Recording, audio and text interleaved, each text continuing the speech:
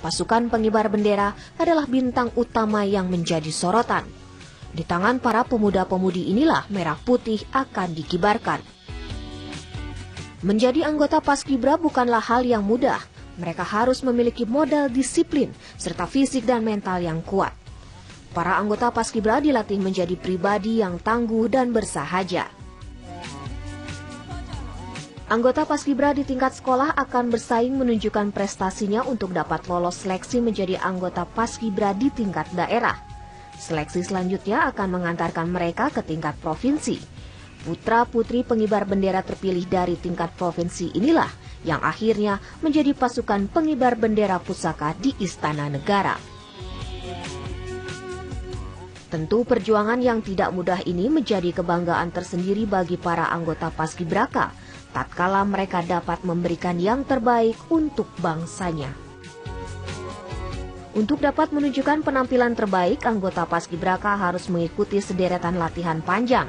Dari sinilah seorang anggota Paskibraka ditempa dan dibina menjadi generasi penerus bangsa yang mumpuni dengan berbekal semangat bela negara, semangat pantang menyerah, dan semangat berani untuk maju.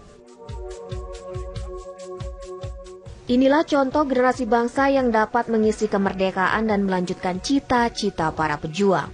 Tim TV One mengabarkan.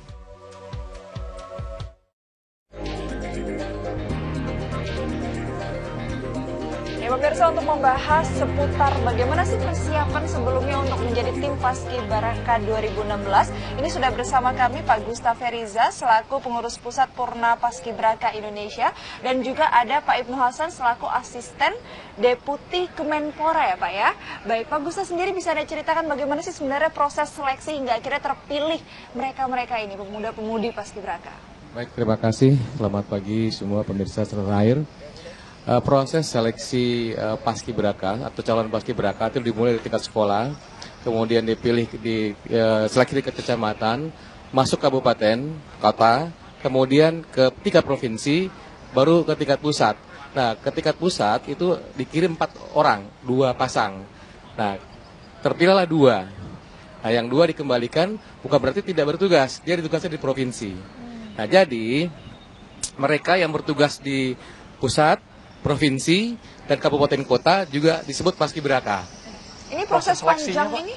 Proses panjang seleksinya bisa dijelaskan, Pak? Proses seleksi itu berkaitan dengan kesamaptaan, kemudian intelijensia, TPA, kemudian kesehatan, dan juga psikotes. Syarat dasar Wawasan yang harus Nusantara. dilengkapi apa, Pak? Syarat awal, Pak? Syarat dasarnya paling jelas adalah bahwa dia adalah siswa SLTA. Sekarang kelas 1. Akan ada kelas 2. Dulu ada kelas 3, ada kelas 2. Nah, sekarang rata-rata kelas 1. Baik, prosesnya sendiri itu berlangsung 1 tahun sebelumnya atau bagaimana? Biasanya rekrutmen itu dimulai sekitar bulan Juni. Ya, dari mulai awal, mungkin dari Januari sudah mulai lirik-lirik lah gitu ya. Gitu kira-kira. Karena apa? Di setiap sekolah itu kadang-kadang ada kegiatan kepaskibraan. Nah, mereka yang dulunya pernah menjadi Purna Paskibraka baik tingkat kabupaten kota, provinsi, kan kembali ke sekolah masing-masing, mereka juga melatih adik-adiknya gitu. Oke, Pak Gusta dan juga Pak Ibnu dijawab sesaat lagi, sebenarnya apa sih yang ditanamkan kepada para Paskibraka ini? Bukan hanya jiwa nasionalisme sebenarnya Pak ya, tetaplah bersama kami pemirsa.